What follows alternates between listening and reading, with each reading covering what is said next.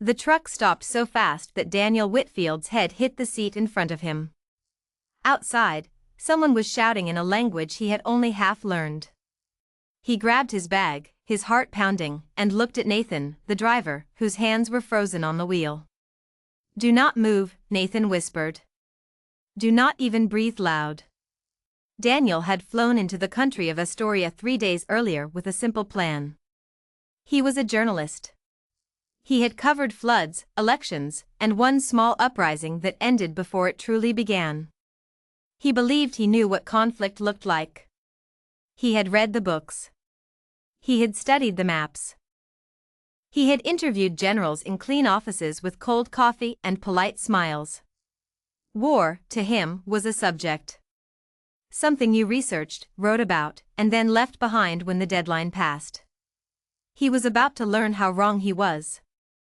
Through the cracked windshield, he saw 3 men standing in the middle of the road. They wore mismatched clothes, some pieces of uniform mixed with ordinary shirts, and they carried themselves with the tired confidence of men who had stopped being surprised by anything. One of them walked toward the truck slowly, tapping the hood twice as if testing whether it was real. "Papers," the man said in broken English, once he reached the window. Nathan handed over a folder with shaking fingers. Daniel stayed still, trying to remember every safety guideline he had read before the trip. Stay calm. Do not make eye contact for too long. Let the local guide speak first. He realized now that none of those instructions had prepared him for the way his own body reacted, the way his throat tightened and his palms turned damp. The man flipped through the papers without real interest, glanced once at Daniel, and then waved them forward with a lazy hand, as if the entire stop had been nothing more than a formality. Nathan drove on without a word, but his knuckles stayed white against the wheel for a long time. Was that normal? Daniel finally asked, once the checkpoint disappeared behind them. Nathan let out a short breath that was not quite a laugh. That was a good day. They drove past fields that should have been green but were instead a dull brown, as though the earth itself had grown tired. Daniel had seen photographs of Astoria before the fighting began, farmland stretching for miles, small towns with markets full of fruit and noise. Now the villages they passed sat quiet, doors closed, windows covered with wooden boards. Occasionally a curtain would move, just slightly, someone watching the truck pass and deciding it was not worth the risk of being seen. Daniel took out his notebook and tried to write, but his hand would not stay steady enough to form clean letters. He gave up after a few lines and simply watched the landscape instead, trying to memorize it the way he memorized facts before an exam. He told himself this was still just research. He was an observer. He would write his article, interview a few people, and return home in 2 weeks with a clear, balanced story about a country in turmoil. He did not yet understand that turmoil was not a word big enough for what he was about to witness. The town of Veldren appeared just before sunset, a cluster of low buildings gathered around a central square that must have once been lively. Now the square held only a dry fountain and a handful of stray dogs sniffing at empty stalls. Nathan parked the truck behind a building with a faded sign that used to advertise bread and pastries. "We stay here tonight," Nathan said. "Tomorrow, if the roads are clear, we go to meet the family I told you about." Daniel nodded, though he barely understood what "if the roads are clear" truly meant in a place like this. He would understand soon enough. Inside the building, an older woman named Ruth greeted them with a small nod and led them to a back room where 2 thin mattresses lay on the floor. She did not ask questions, and Daniel sensed that questions were a luxury few people in Veldren could afford anymore. She placed a small oil lamp between the mattresses and left without a word. That night, Daniel lay awake listening to sounds he could not identify. Somewhere far off, a low rumble rolled across the hills, like distant thunder that never quite arrived. Nathan, lying a few feet away, did not move, but Daniel could tell from his breathing that he was awake too. "What is that sound?"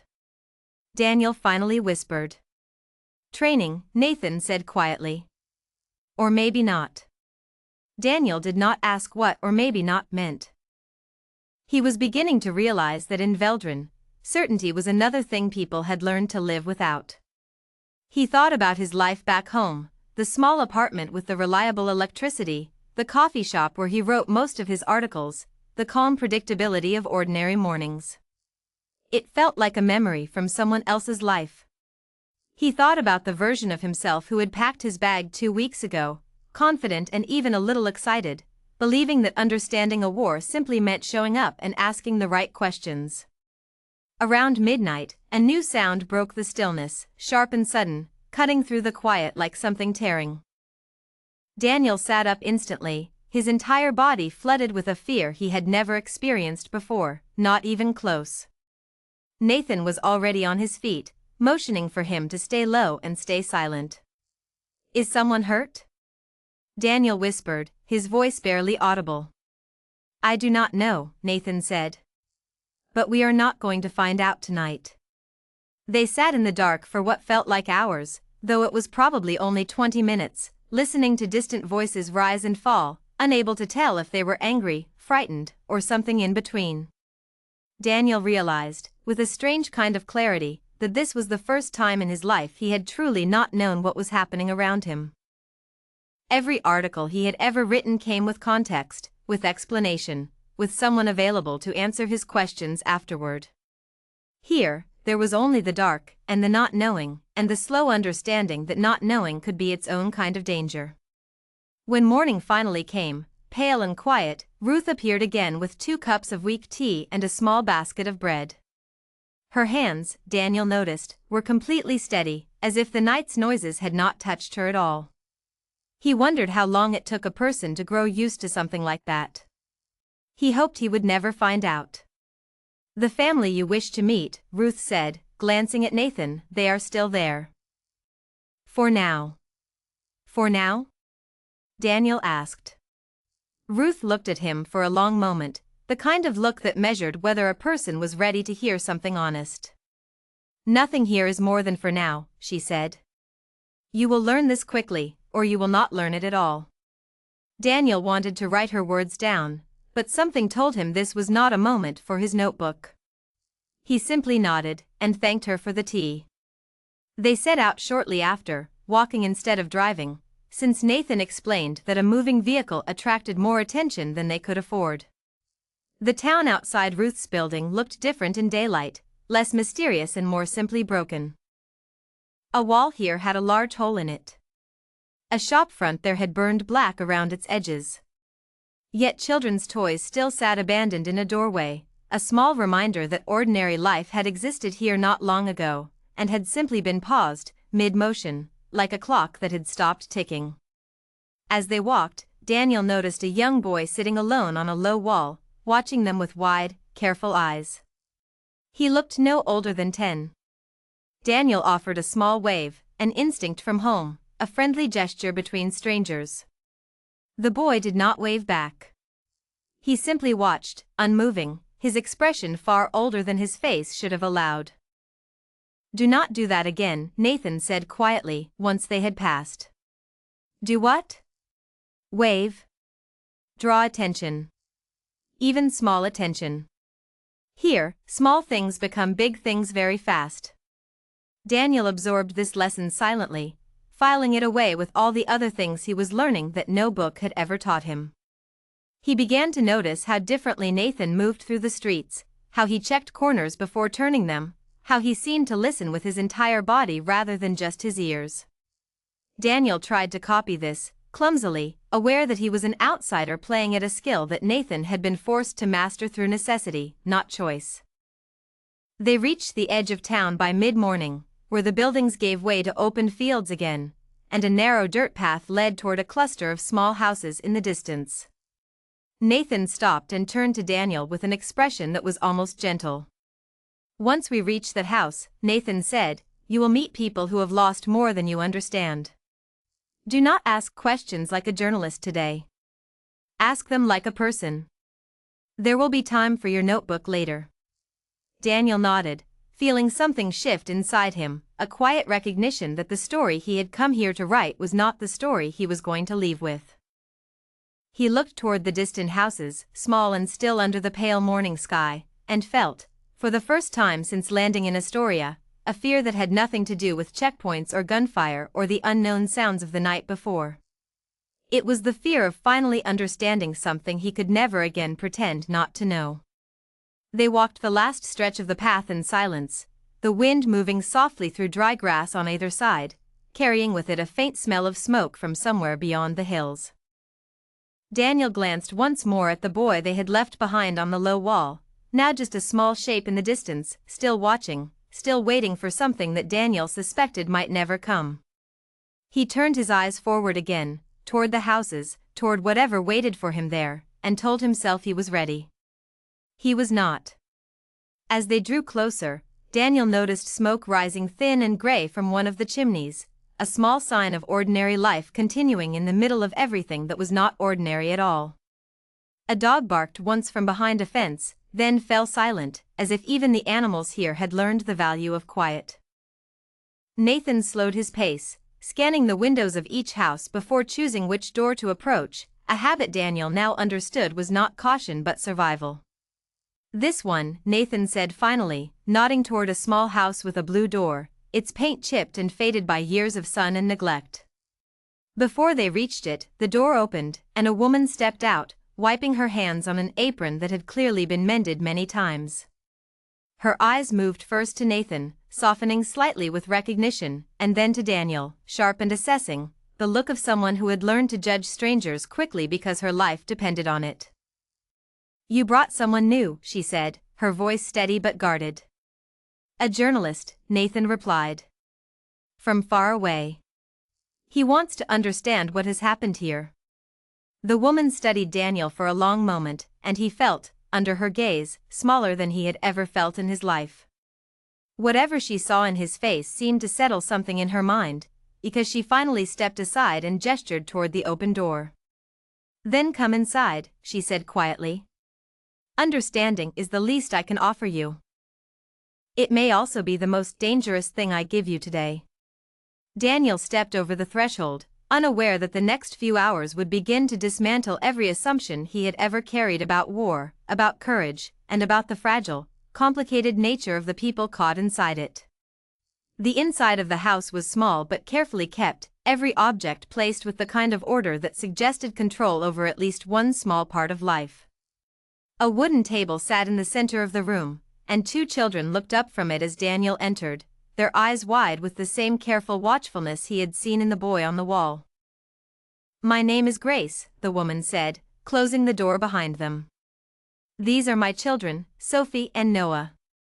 Sophie looked to be about 14, with a notebook of her own open in front of her, filled with careful handwriting.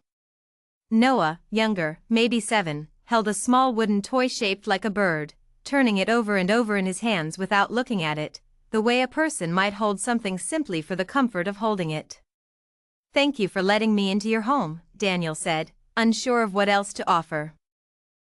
Grace nodded once, then moved to the small stove in the corner and began preparing tea, her hands moving with practiced efficiency even though the shelves around her held very little. Daniel noticed how carefully she measured the leaves, as though rationing something precious, which he realized, a moment later, she probably was. "Nathan tells me you want to understand," Grace said, not turning from the stove. "People come here sometimes wanting stories. Quick ones. Sad enough to be interesting, simple enough to be forgotten by dinner." "I don't want that," Daniel said, though even as he spoke, he wondered if it was entirely true. He had, after all, come here with a plan, a structure, an idea of what his article would say before he had even met a single person it was about. Grace turned and studied him again, the same sharp assessment from the doorway. "We will see," she said simply, and placed a cup of tea in front of him. They sat together at the table, and slowly, carefully, Grace began to speak. She told him about her husband, who had gone to help a neighboring town 3 months earlier and had not returned, and about how she had stopped counting the days somewhere around week 6, because counting had started to feel like giving up hope in small daily pieces. She told him about the school Sophie used to attend, now closed, its windows boarded, its teacher gone to stay with relatives in a safer region. She told him about the garden behind the house, which used to feed the family through most of the year, and how half of it had been trampled during a night when soldiers passed through searching for something no one in the house understood. Daniel listened, and for the first time since arriving in Astoria, he forgot entirely about his notebook. He simply listened, the way Nathan had told him to, like a person and not a journalist. Somewhere in the middle of Grace's story about the garden, Sophie spoke up quietly from her seat by the window. "I still write my lessons every day," she said, holding up her notebook. "Even with no school. My mother says the fighting will end, and when it does, I do not want to have fallen behind." Daniel felt something tighten in his chest at the quiet determination in her voice, the way she had built a small act of hope out of ordinary schoolwork, refusing to let the war take away even this. He thought about how, back home, students complained about homework as though it were a burden, and he wondered how he would ever explain this contrast to his editor without sounding as though he were exaggerating for effect. The afternoon passed in this way, slow and careful, filled with small stories that built into something larger than Daniel had expected. He began to understand, piece by piece, that the war he had studied in books was a war of numbers and strategies and political outcomes, while the war happening inside this house was a war of small losses, repeated every day, absorbed quietly by people who had no choice but to keep living through them. It was late afternoon when the sound of an engine outside broke the calm. Grace stiffened immediately, and Sophie pulled Noah closer to her without a word, the two of them moving with the practiced speed of people who had done this many times before. Nathan rose and moved to the window, peering carefully through a gap in the boards. "It is Marcus," Nathan said after a moment, and some of the tension in the room eased, though not entirely. The door opened, and a man stepped inside, dressed in a mix of civilian clothes and military gear, a rifle slung across his back in a way that seemed almost casual, though Daniel suspected nothing about this man's life was truly casual anymore. He was younger than Daniel expected, perhaps 30, with tired eyes that studied the room quickly before settling on Daniel with open curiosity. "You brought a visitor," Marcus said to Nathan, his tone somewhere between amusement and suspicion. "A journalist," Nathan said again, the explanation now familiar. "He wants to understand." Marcus let out a short laugh, though it held little real humor. "Everyone wants to understand. Understanding is easy from far away." He turned to Daniel directly. "Have you understood anything yet?" Daniel hesitated, unsure how to answer honestly without sounding foolish. "I've understood that I understood very little before I came here," he finally said. Something shifted in Marcus's expression, a flicker of respect, or perhaps simply surprise at an honest answer. He sat down at the table across from Daniel, setting his rifle carefully against the wall behind him, and accepted the cup of tea Grace offered without being asked. "I was a teacher," Marcus said, unprompted, staring into his cup. "Mathematics. Before all this began, I taught numbers to children in a school not far from here. Now I teach different lessons." He looked up at Daniel. "You want to write about war? Write about that.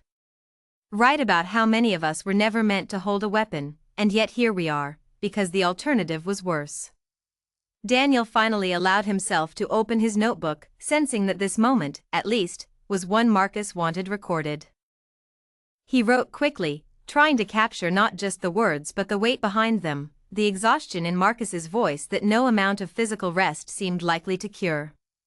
As the evening settled in, another visitor arrived, this one entirely unexpected to Daniel. A man about his own age stepped through the door, dust covering his clothes, a camera bag slung over one shoulder.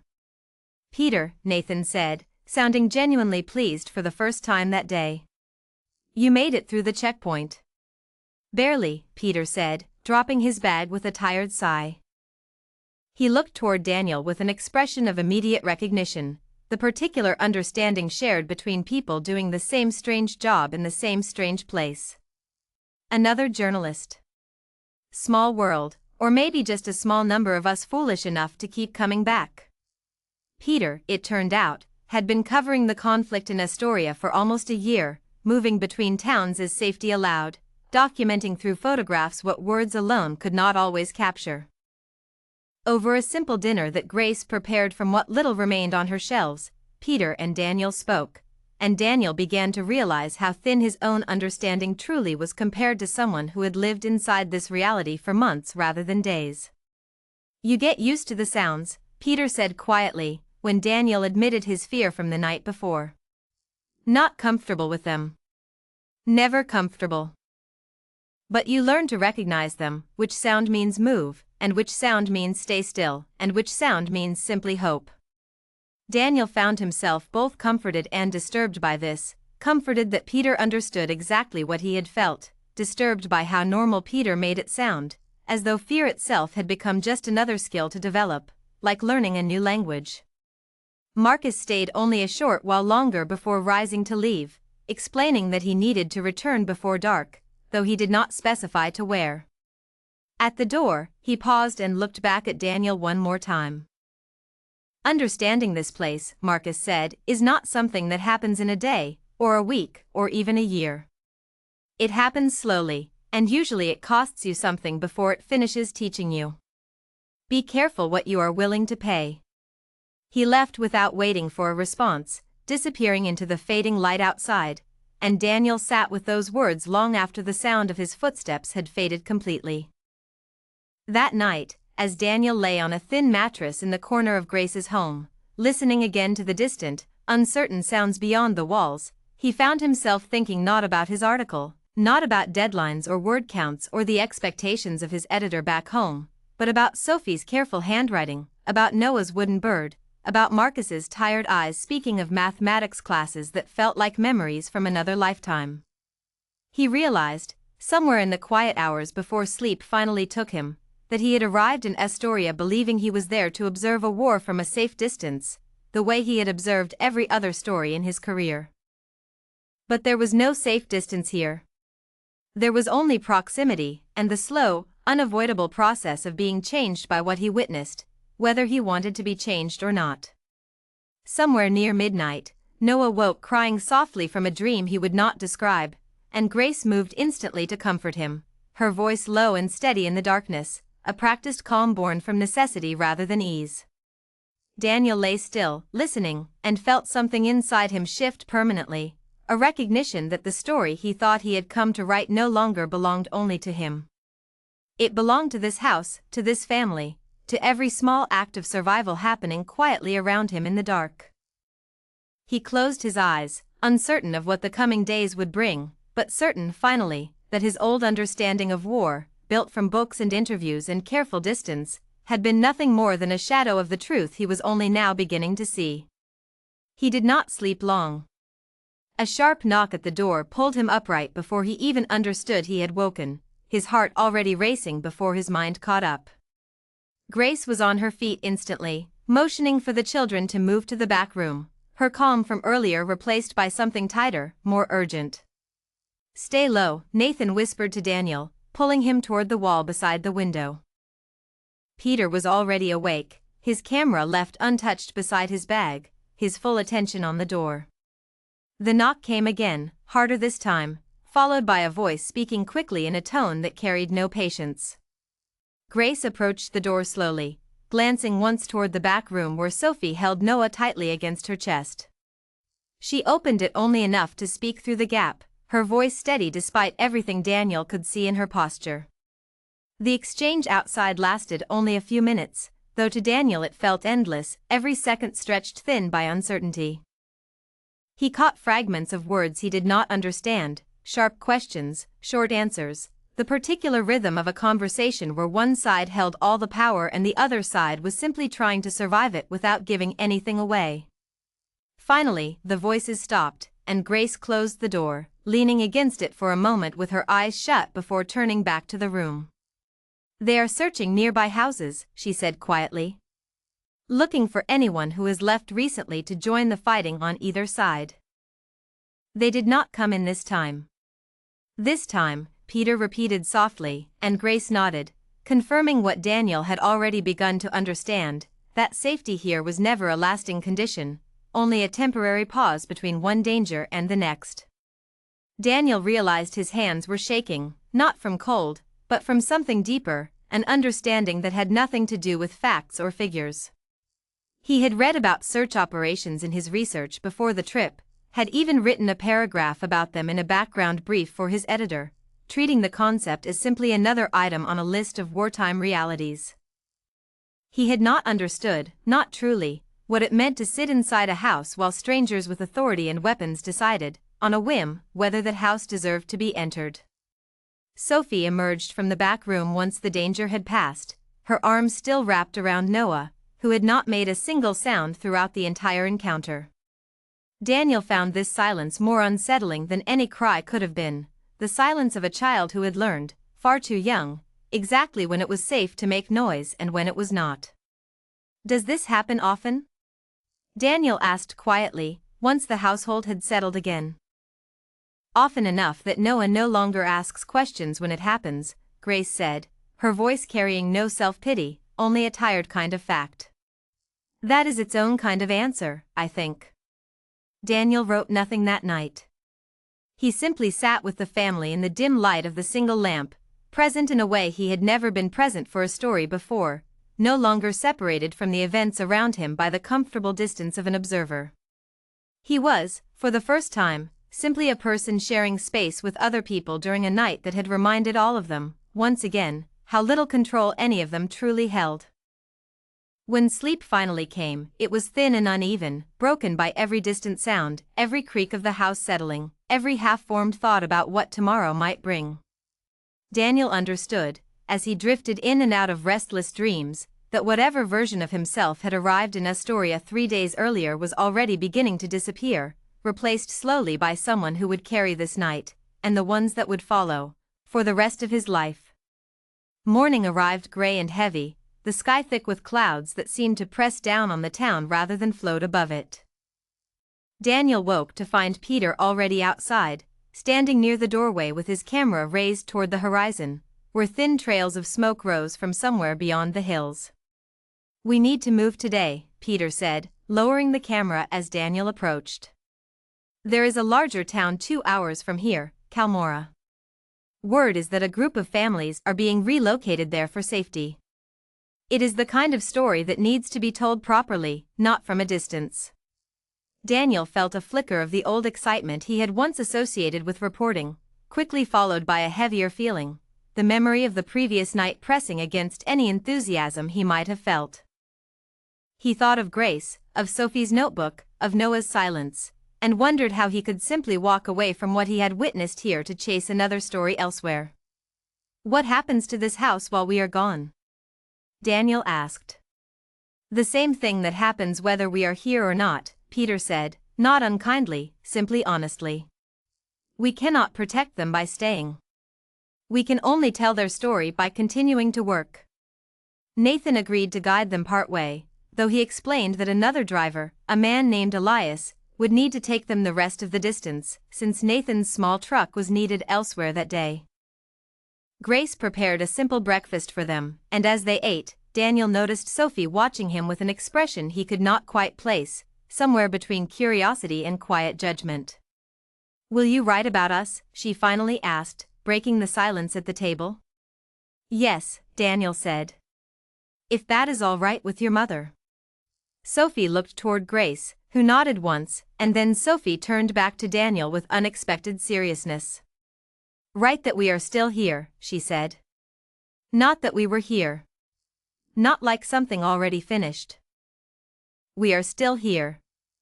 Daniel promised he would, and something about the simplicity of her request settled deep inside him, a reminder of exactly why he had chosen this work in the first place, buried now under 3 days of fear and confusion, but not entirely lost. They said their goodbyes outside the blue door, and Daniel found himself surprised by how difficult it was to leave, how quickly this small family had become something more than subjects for an article. Grace shook his hand firmly, her grip steady despite everything. "Be careful with what you carry away from here," she said quietly, echoing, without knowing it, the same warning Marcus had given the night before. "Some of it will be heavier than you expect." The journey toward Calmora began uneventfully, the road winding through fields that showed the same neglected brown as everywhere else Daniel had seen. Elias, the new driver, spoke little English but communicated clearly enough through gestures and careful driving, slowing at every bend, watching every open stretch of road with visible tension. About an hour into the drive, Peter suddenly told Elias to stop, pointing toward a column of people moving along a side path parallel to the road, dozens of figures carrying bags and bundles, children held on hips or walking close beside parents, the entire group moving with the exhausted determination of people who had walked a great distance already and had further still to go. "This is it," Peter said quietly, already reaching for his camera. "This is the story." They approached carefully, Nathan having taught Daniel enough by now to understand the importance of moving slowly, of showing open hands, of letting people choose whether to speak rather than pressing forward with questions. An older man at the front of the group studied them for a long moment before nodding permission for them to walk alongside. The stories Daniel heard over the next hour blurred together into a single overwhelming picture of loss, families who had left everything behind with only minutes of warning, walking now toward a safety that none of them seemed entirely convinced actually existed at their destination. A woman named Lila walked beside Daniel for a while, carrying an infant wrapped tightly against the cool morning air, and told him, in careful, halting English, about the home she had built over 15 years, now simply a place she used to know. "Do you think we will return?" she asked him, not really expecting an answer, more speaking the question aloud to hear how it sounded. Daniel did not know how to answer honestly without offering false comfort, so he said nothing, only nodded in a way he hoped conveyed both respect and helplessness in equal measure. Lila seemed to understand this silence better than any words he might have offered, and she gave him a small, tired smile before continuing on, adjusting the infant in her arms. It was nearing midday when the first sign of real danger reached them, a low sound rolling across the fields from somewhere ahead, different from anything Daniel had heard the night before, closer and sharper. The column of walking people stopped instantly, a ripple of tension moving through the group like wind through tall grass. "Off the road," Nathan said sharply, grabbing Daniel's arm and pulling him toward a shallow ditch running alongside the path. Peter followed close behind, camera clutched tightly against his chest. What followed was a chaos Daniel would spend years trying to properly describe and never quite managing. People scattered in different directions, some toward the ditch, others toward a distant treeline, parents calling for children who had wandered slightly ahead, the entire orderly column dissolving within seconds into something raw and desperate. Daniel pressed himself low against the cold earth, his heart hammering so hard he could feel it in his ears, and watched as the world around him became a blur of motion and fear. He lost sight of Lila almost immediately, the crowd swallowing her small shape within the confusion.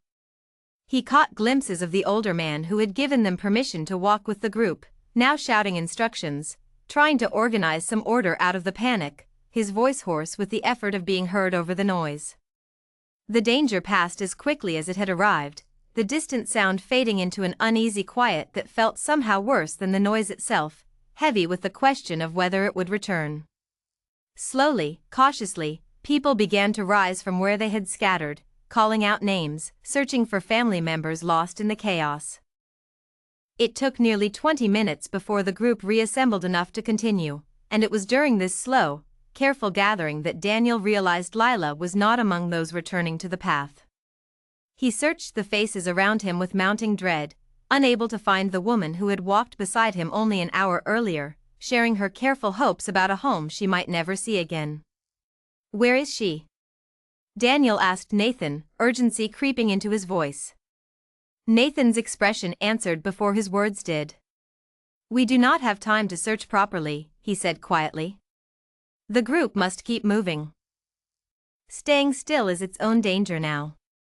Daniel felt something sharp and unfamiliar rise inside him, a desperate need to do something, anything, to fix a situation that seemed to have no fixing.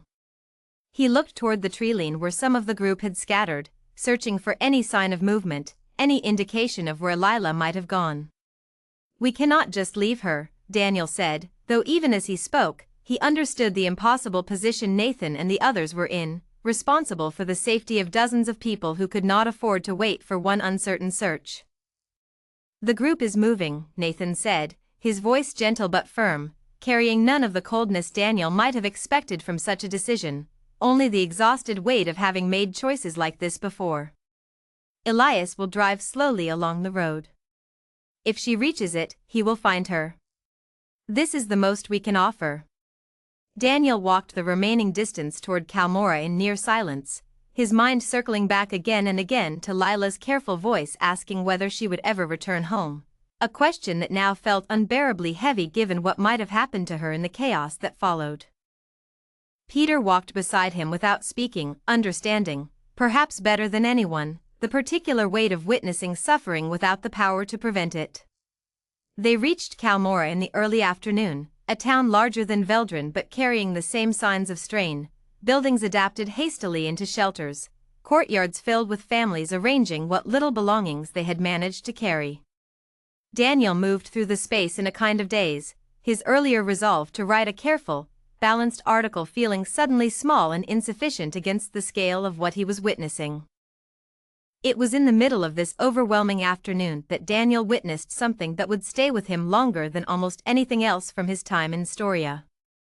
In a corner of the crowded courtyard, an elderly man sat beside a young boy who was clearly not his own grandchild, based on their obvious differences in appearance, patiently teaching the boy how to fold a small paper shape, their hands moving together with careful concentration despite the chaos surrounding them.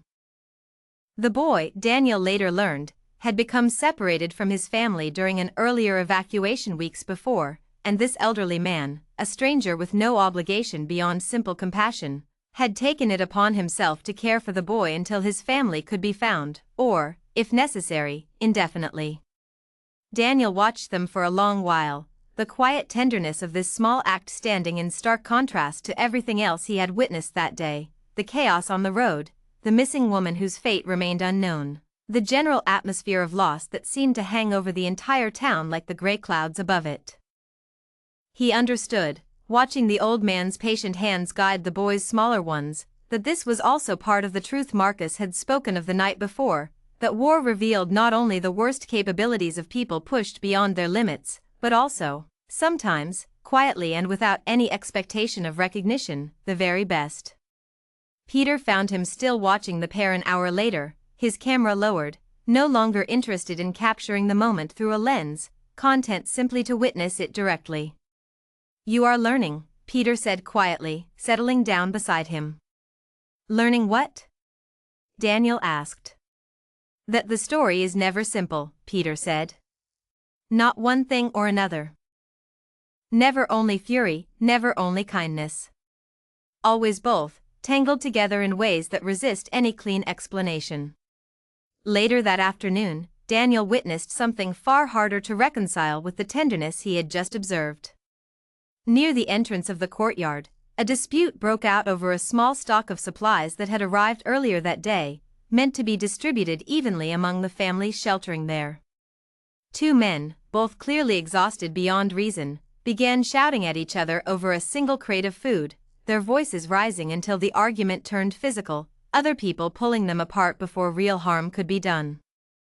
Daniel watched, stunned, as neighbors who had walked the same dangerous road together only hours earlier now turned against one another over something as small as a crate of supplies.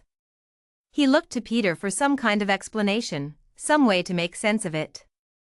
"They are not bad men," Peter said quietly, watching the scene with a tired sort of understanding.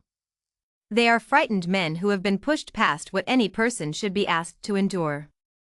Fear does strange things to people. It narrows the world down to only what is directly in front of them, and sometimes what is directly in front of them becomes the only thing that matters." An older woman finally stepped between the two men once they had been separated, speaking firmly in a tone that carried the authority of someone long accustomed to keeping order in difficult circumstances. She divided the crate herself, giving each family precisely what they needed, refusing to hear further argument from either side. The two men, moments earlier ready to come to blows, now stood apart in silence, visibly ashamed, unable to meet each other's eyes. Daniel understood, watching this small resolution unfold, that this was exactly what Marcus had tried to explain the night before, and what Peter had reinforced only an hour earlier. War did not simply create villains and heroes in clean, separate categories. It created ordinary people, stretched thin by fear and loss, capable in the same single day of both shameful behavior and quiet acts of grace, sometimes from the very same individuals. That evening, before the news of Lila's safety reached them, Daniel faced a small test of his own. A man approached him quietly near the edge of the courtyard, someone Daniel did not recognize, and asked, in careful English, whether Daniel might be willing to carry a folded letter across the border when he eventually left the country, a message intended for a relative who had fled months earlier and could not otherwise be reached. The man's eyes carried a desperate hope that made it difficult for Daniel to consider the request objectively. Nathan, standing nearby, caught Daniel's eye and gave a small, deliberate shake of his head, a warning Daniel understood immediately. Carrying unknown letters across a contested border carried real risk, not only for himself but potentially for Nathan and Peter as well, and there was no way to verify what the letter truly contained or who might be watching for exactly this kind of exchange.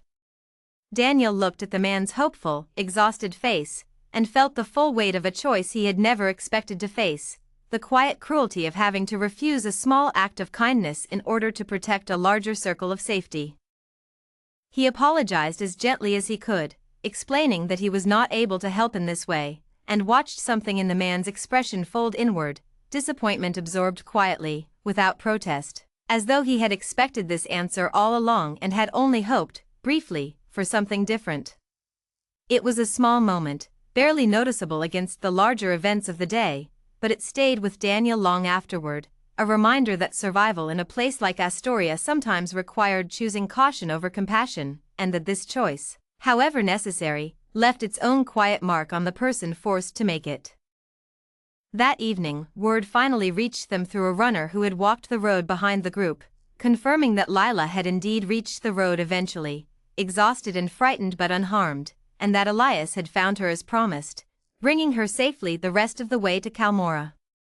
Daniel felt a relief so sudden and overwhelming that he had to sit down, his legs unsteady beneath him, the tension of the entire day finally breaking loose inside his chest.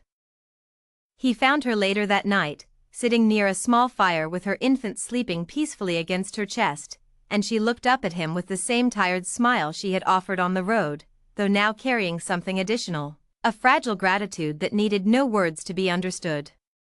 "You worried," she said simply, and Daniel nodded, unable to find any words adequate enough for what he had felt during those uncertain hours. He sat with her for a while, saying little, simply present in the aftermath of a day that had taught him more about the true nature of conflict than any book or briefing ever could. He thought of Marcus's warning from the night before, about understanding costing something before it finished teaching its lessons, and he realized, sitting beside this fire with a woman he had feared he might never see again, that he was beginning to understand exactly what that cost might ultimately be. Daniel woke the next morning to the sound of raised voices spreading quickly through the courtyard, a different kind of urgency than anything he had experienced so far, sharper, more immediate. Peter was already gathering his equipment, his expression tight with concentration. "Fighting has moved closer overnight," Peter said. "Some of the families here are being told to move again, further toward the border. It is not safe to stay in Kalmora much longer." Daniel felt exhaustion settle over him at the thought of another journey, another uncertain road, but he pushed it aside, understanding by now that exhaustion was simply another condition to work through rather than a reason to stop. He gathered his own bag quickly, checking that his notebook, now filled with pages of careful observations, remained safely tucked inside. It was in the middle of this hurried preparation that Marcus appeared again, arriving on foot rather than by vehicle this time, his usual steady composure replaced by something more frayed, a tension visible in the set of his shoulders that Daniel had not seen during their first meeting. "You need to leave today," Marcus said without preamble, finding Daniel and Peter near the courtyard entrance. "Both of you. The situation here is changing faster than anyone expected." "What is happening?" Peter asked. Marcus hesitated, the pause itself carrying more weight than any words could have. "There has been a significant shift in the fighting nearby." Kalmora may not remain safe for civilians much longer. I have arranged transport for the families who need to move, but I cannot guarantee protection for outsiders who choose to remain. Daniel thought immediately of Grace, of Sophie and Noah, still back in Veldrin, and felt a fresh wave of concern for their safety given this news. What about Veldrin? Is Nathan's family safe? Veldrin is further from the current fighting, Marcus said, though his tone offered only measured reassurance rather than certainty. For now, it should remain calmer than here. But nothing is guaranteed in this region anymore, and you already understand that better than you did 4 days ago. The morning unfolded into a chaos of preparation, families gathering what little they could carry, children held close, elderly residents supported by younger relatives as the entire courtyard organized itself into a column ready to move once again.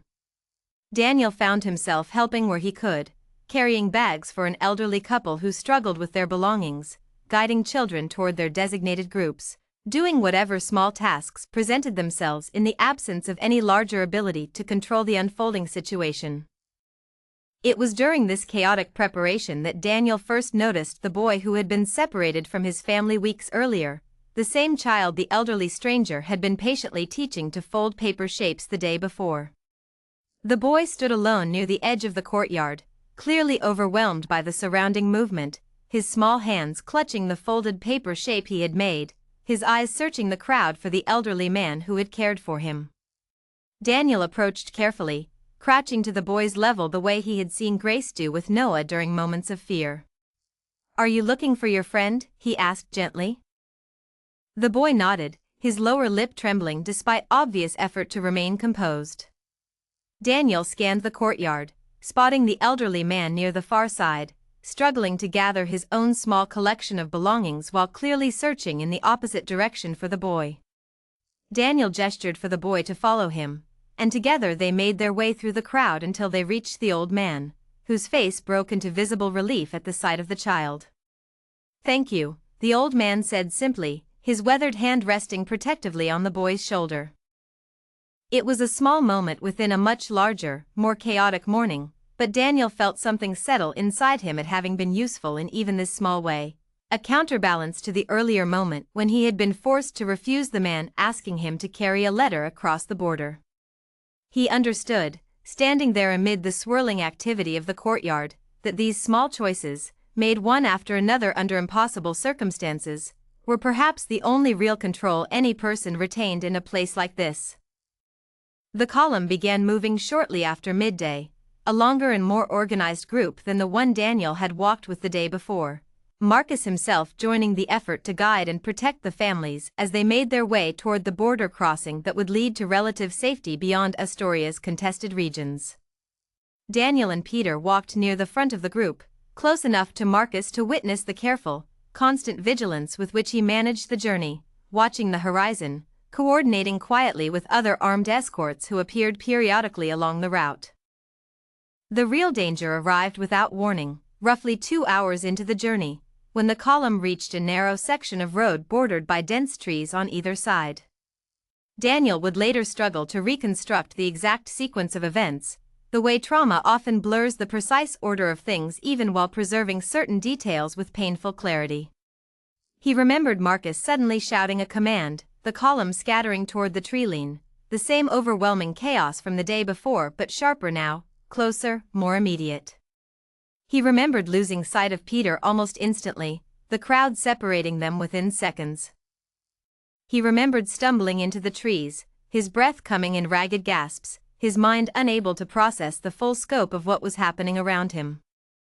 And he remembered, with a clarity that would remain etched into his memory for the rest of his life, seeing Marcus positioned near the edge of the road, directing families toward safety even as the danger drew closer, refusing to seek his own shelter until every visible person had been guided toward the trees.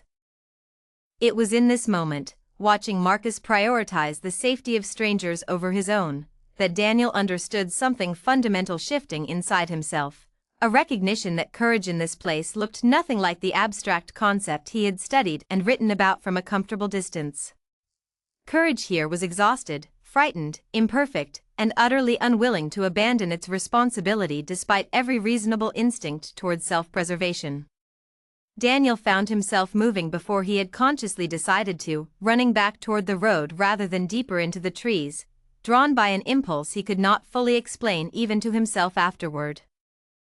He reached a young girl who had become separated from her family, frozen with fear near the edge of the road, unable to move despite Marcus's urgent instructions.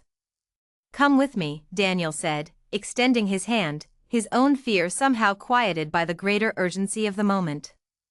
The girl grabbed his hand, and together they moved toward the treeline, Daniel's heart pounding so violently he could feel it in his throat, every step carrying the awareness that safety remained uncertain until they were fully hidden among the trees.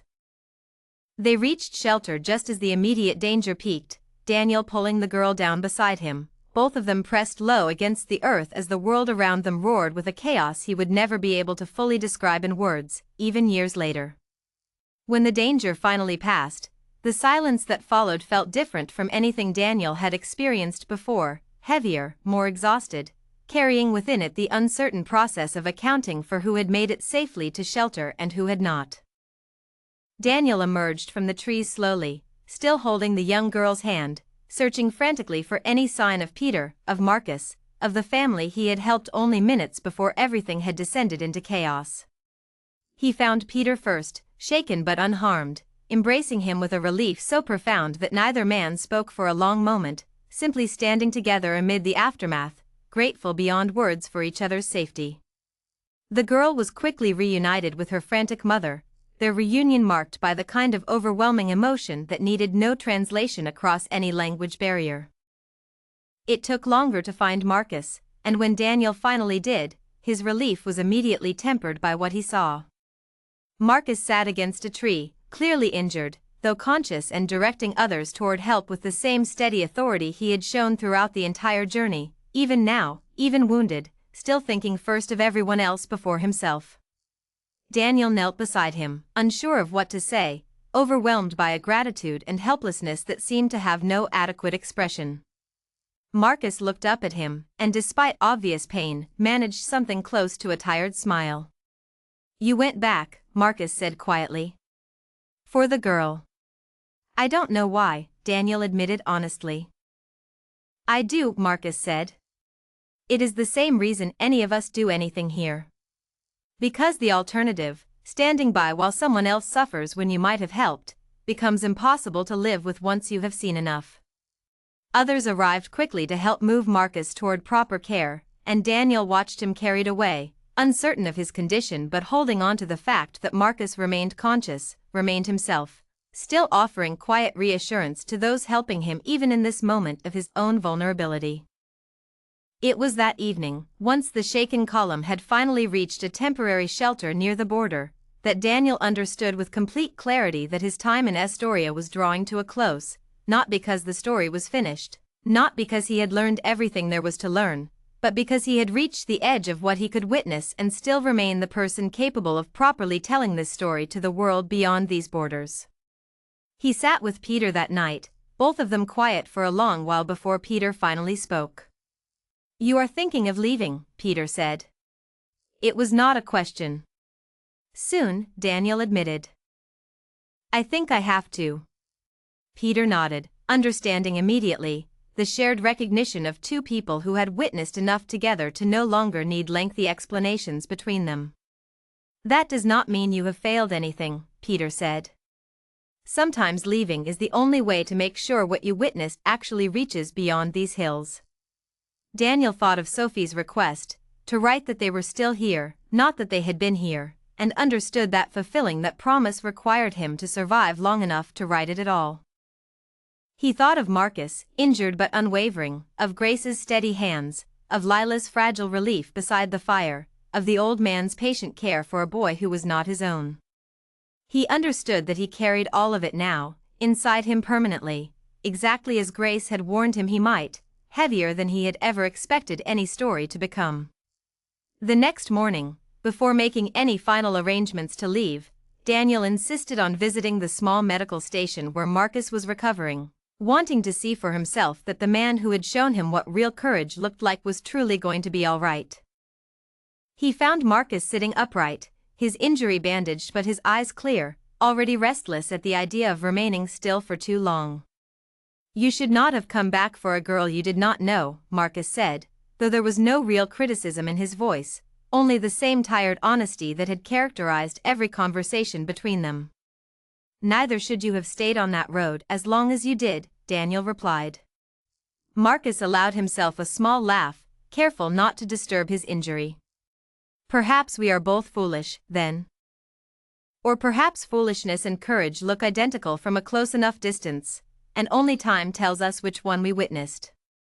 Daniel sat with him a while longer, and Marcus spoke, more openly than before, about the life he had imagined for himself before the conflict began, a quiet future teaching mathematics, watching students grow from uncertain children into capable young adults, a future now indefinitely postponed by circumstances entirely outside his control.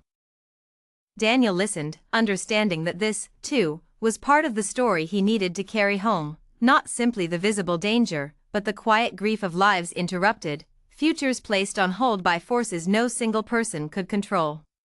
"When you write this," Marcus said as Daniel prepared to leave, "do not make me into something I am not. I am not brave in the way stories usually describe bravery. I am simply someone who could not walk away from people who needed help, even when walking away would have been easier." "That sounds exactly like bravery to me," Daniel said. Marcus considered this for a moment, then nodded slowly, accepting the description with a quiet, tired grace. "Perhaps," he said. "Perhaps that is all bravery has ever really been." Daniel left the medical station with a heaviness he suspected would never fully lift, aware that he was leaving behind people whose survival remained genuinely uncertain, whose daily lives would continue to be shaped by dangers he was now free to leave behind entirely. He found Nathan shortly afterward, arranging the details of transport that would carry Daniel and Peter safely across the border in the coming days, and felt, for the first time since arriving in Astoria, the strange and uncomfortable relief of an ending finally within reach. That relief, he already understood, would carry its own weight for a long time to come. Before crossing the border, Daniel insisted on one final stop, a detour back toward Veldrin that added an extra day to their departure but felt, to him, entirely necessary. He needed to see Grace and her children one more time, needed to keep the promise he had made to Sophie before it became impossible to fulfill in person. Nathan arranged the trip carefully, aware of the added risk but understanding, perhaps better than anyone, why Daniel could not leave without this final visit. They arrived at the small house with the blue door in the late afternoon, and Daniel felt an unexpected wave of relief at finding it still standing, still occupied, smoke still rising thin and steady from its chimney exactly as it had the first time he approached. Grace opened the door before they even reached it, having apparently watched their approach from the window, and her expression shifted from cautious assessment to genuine warmth once she recognized Daniel's face. "You came back," she said, something like surprise coloring her voice. "I could not leave without saying goodbye properly," Daniel said. "And without telling Sophie that I kept my promise." Sophie appeared in the doorway behind her mother, her notebook still clutched in her hands as though it had never left her side since Daniel first saw it. "You are leaving Astoria?" she asked. "Tomorrow," Daniel confirmed. "But I wanted you to know that everything you told me, everything I witnessed here, all of it will be written exactly as you asked. Not as something finished. As something still happening, still continuing, still deserving of the world's attention." Sophie studied him for a long moment, and then, unexpectedly, she stepped forward and hugged him, a brief, fierce embrace that caught Daniel entirely off guard. "Thank you for listening properly," she said, stepping back just as quickly, slightly embarrassed by her own sudden emotion. Noah, shyer than his sister, approached more slowly, and without a word, held out the small wooden bird he had carried since Daniel first arrived at the house. Daniel understood immediately what the gesture meant, and he crouched down to the boy's level, accepting the small carved toy with careful hands. "Are you certain you want me to have this?" Daniel asked gently. Noah nodded firmly, offering the first small smile Daniel had seen from him during the entire visit. So you remember, the boy said simply, his voice barely above a whisper. Daniel felt something tighten fiercely in his chest, an emotion too large and complicated to name easily. Gratitude and sorrow, and something like love for people he had known for only a handful of days but who had shaped him more profoundly than years of prior experience ever had. He tucked the small wooden bird carefully into his bag, understanding that it would travel with him now, a physical reminder of everything Astoria had taught him about the true, complicated nature of human beings pushed to their absolute limits. Grace walked with him to the edge of the property as the visit drew to its close, the two of them pausing beside the low stone wall that marked the boundary of her land. You have changed since you arrived, she observed quietly. I know, Daniel admitted. I am not certain yet what that change means for who I will become. It means you finally understand what I told you that first day, Grace said. That understanding is both the greatest gift and the greatest burden I could offer you. You carry it differently now than you did 4 days ago. Heavier, but also, I think, more honestly. Daniel thanked her, unable to find words adequate to the depth of gratitude he felt, and made his way back toward the truck where Nathan and Peter waited. He looked back once before climbing inside, memorizing the sight of Grace standing beside her blue door, Sophie and Noah beside her, 3 figures who had offered him something no research or preparation ever could, a true understanding of what it meant to survive, and to remain human, inside circumstances designed to strip humanity away entirely. The journey across the border the following day passed with far less incident than Daniel had expected, though the tension of crossing safely from a conflict zone into relative normalcy carried its own strange weight, an anticlimax that felt almost disorienting after everything that had preceded it. Daniel found himself staring out the window for most of the drive, watching the landscape gradually shift from the scarred, tired fields of Astoria into the ordinary countryside beyond, a transition that felt, to him, entirely too smooth given everything left behind on the other side. Peter accompanied him as far as the airport, the 2 men sharing a final quiet meal together before their separate flights, Peter continuing his work in other regions, Daniel finally returning home to write the article that had brought him to Astoria in the first place, though he now understood it would be an entirely different piece than the one he had originally planned. Will you come back? Daniel asked, as they waited near the gate. Eventually, Peter said. This work has a way of pulling you back, even when you tell yourself you are finished with it. He studied Daniel for a moment. Will you? Daniel considered the question honestly before answering.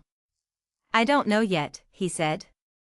But I know I will never write about conflict the same way again, regardless of where my work takes me next. They parted with a firm handshake that felt inadequate to the experience they had shared, though neither man seemed to expect anything grander, both understanding that some experiences resisted proper farewell entirely. The flight home passed in a strange blur, Daniel's mind circling continuously through everything he had witnessed, unable to settle into the ordinary rhythms of travel that had once felt entirely routine to him. He arrived back in his own city late in the evening, stepping out into air that felt too clean, too quiet, streets too orderly and undisturbed compared to everything he had left behind. His apartment looked exactly as he had left it, small and comfortable and utterly unchanged, a stark contrast to how profoundly he himself had been altered during his brief time away. He set his bag down and immediately retrieved the small wooden bird, placing it carefully on the table beside his laptop, a permanent fixture now in the ordinary landscape of his daily life. Writing the article took far longer than Daniel had anticipated. He began several times, only to abandon each draft, finding that his old journalistic instincts, the careful, distant, analytical approach he had relied on throughout his entire career, felt entirely wrong for what he needed to convey.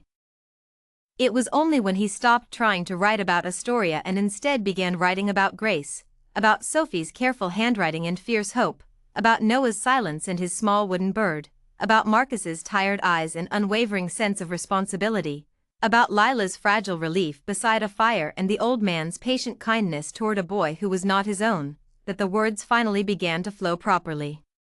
The finished article bore little resemblance to the piece Daniel had originally envisioned before his trip. It contained no sweeping political analysis, no strategic assessment of the conflict's likely outcome, none of the detached, authoritative tone he had once believed was necessary for serious journalism. Instead, it read as a careful, honest account of ordinary people enduring extraordinary circumstances, their small acts of resilience and occasional failures rendered with the same careful attention, refusing to simplify any of them into either simple victims or simple heroes.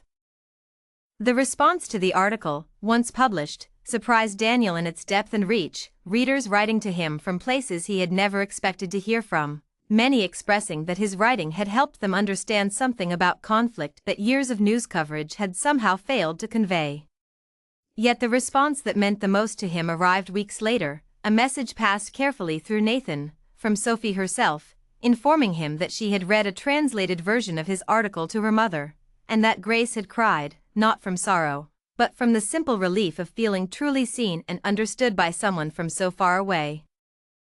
Daniel kept the small wooden bird on his desk permanently after that, a quiet reminder every single day of the family who had taught him more about courage and resilience than any prior experience in his life. He found himself, in the months that followed, unable to view world events with the same comfortable distance he had once maintained, every news report about conflict elsewhere now carrying an immediate, visceral weight it had never held for him before, populated in his imagination with faces and names and small human details rather than abstract statistics. He thought often of Marcus, wondering how his recovery had progressed, whether he had eventually returned to his interrupted dream of teaching mathematics to uncertain children, or whether circumstances had continued to demand something different from him. He thought of the elderly man and the young boy he had cared for, hoping desperately that the child had eventually been reunited with his own family, though he understood he might never learn the answer to that particular hope. Most of all, he thought of the simple lesson that entire experience had taught him, one that no amount of prior study or preparation could have properly conveyed. War, he now understood, was never simply about violence and destruction, though those elements remained undeniably present within it. It was, more fundamentally, about the complete and total testing of human character under conditions designed to strip away every comfortable illusion people carried about themselves.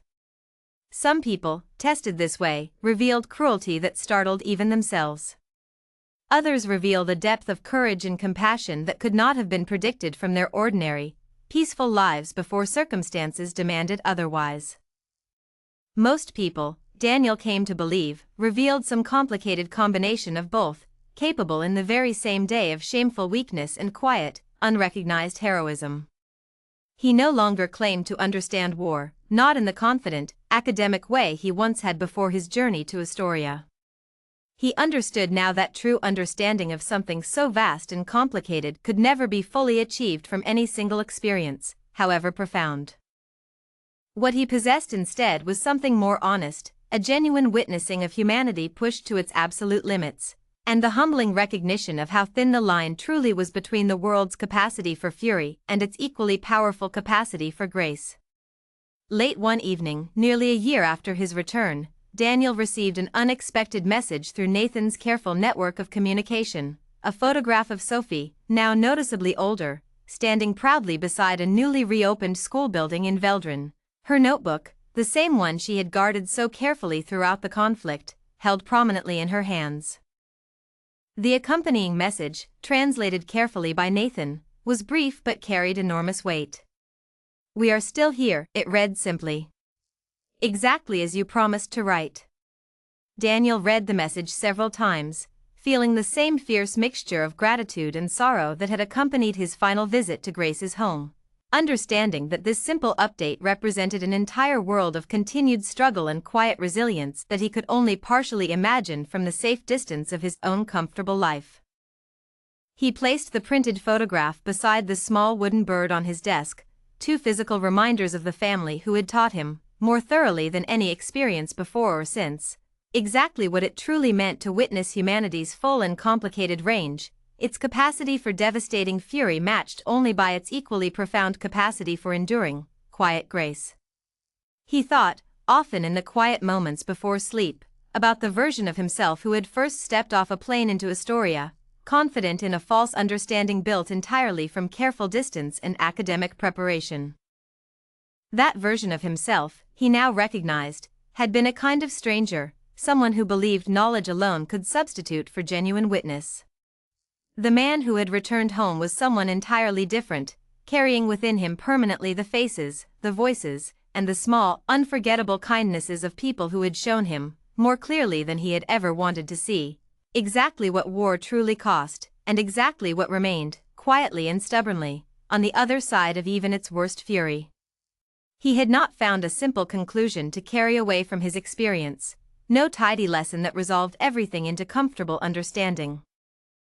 He had found instead something far more valuable and far more difficult, an honest, permanent awareness of how fragile the systems were that kept ordinary human decency intact, and how remarkable it truly was, against every reasonable expectation, that people like Grace and Sophie and Marcus continued choosing decency anyway, day after day, even when circumstances offered every excuse to abandon it entirely. In the years that followed, Daniel returned often to the small collection of items he kept on his desk, the wooden bird, the photograph of Sophie beside her reopened school, a handful of notes and messages that had reached him slowly over time through Nathan's careful efforts.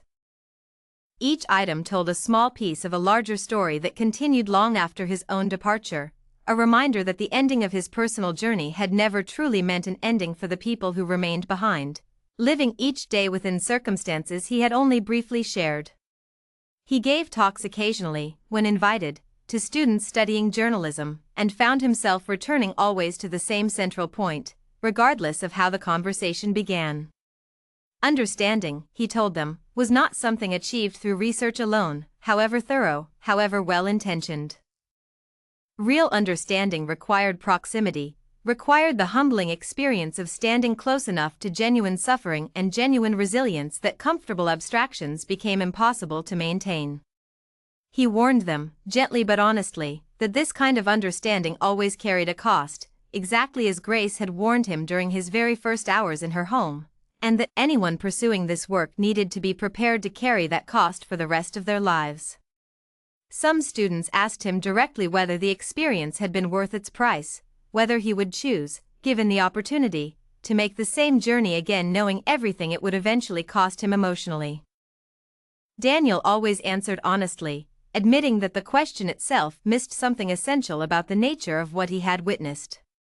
It was never really a matter of choice, he explained. Not once he had glimpsed even a fragment of what people like Grace and Marcus and Sophie endured daily without any choice of their own. Having witnessed it, he owed them at minimum the honesty of carrying it forward, of refusing to let comfortable distance erase what he now understood so clearly. He continued corresponding with Nathan for years afterward, receiving updates as circumstances in Astoria slowly, unevenly improved, then occasionally worsened again, the situation never following any clean, predictable path toward resolution. He learned, eventually, that Marcus had indeed returned to teaching once conditions allowed, choosing mathematics classrooms over any continued involvement in armed conflict the moment circumstances made that choice possible again. Daniel felt an enormous, quiet relief upon learning this, a sense that at least one small piece of the story he carried had found something resembling the ending it deserved. He never forgot the man who had approached him that evening in Kalmora, asking him to carry a letter across the border, nor the quiet shame he still felt at having refused. Years later, working on a different story in a different region entirely, Daniel made a point of carrying such letters when circumstances allowed it safely, a small, private act of correction for a choice he had once been forced to make out of necessary caution. He understood it would never fully balance the scale of that earlier refusal, but he found some measure of peace in the effort regardless.